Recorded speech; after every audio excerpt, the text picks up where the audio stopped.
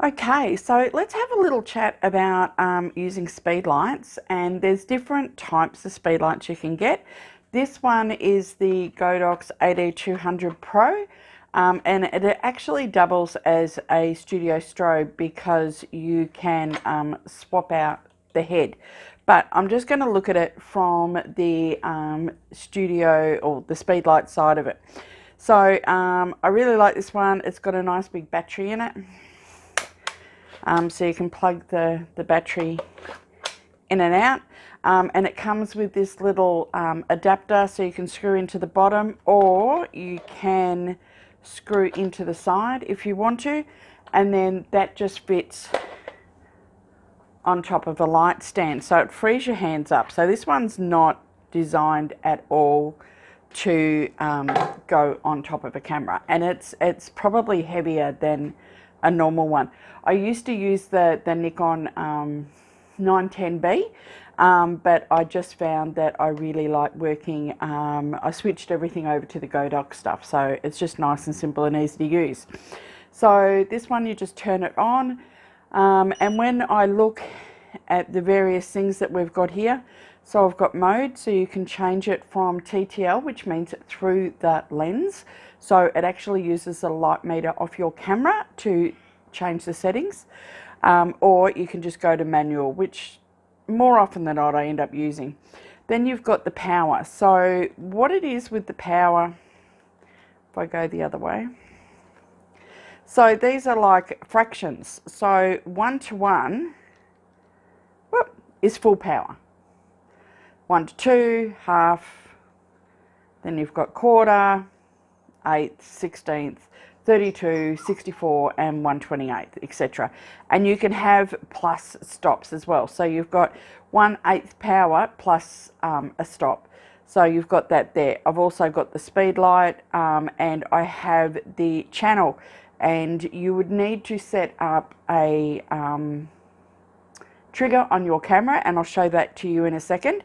And you just need to make sure that the channel and the grade, so you have, like, I might have 3 lights on a shoot, so I might have one as A, one as B, one as C, but I've pretty much got them all at channel 1, and that I can have 3 different settings for 3 different lights. This also has, I can do a test flash, just ignore Dexter, he's being a pain, so I can do a test flash there. And it's also got a modeling light, so I can have that on or off, which is really handy because if you're in a really dark environment and you're trying to get your focus, having a modeling light's really handy. So that's it for the speed light. The other thing that I generally tend to do, and you will see this, is that it is, even though I've turned it right down low, and I'll just turn that off, it tends to be too bright.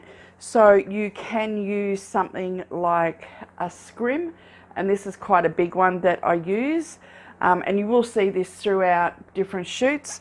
I will put that in front of my speed light so that it really softens and diffuses the light.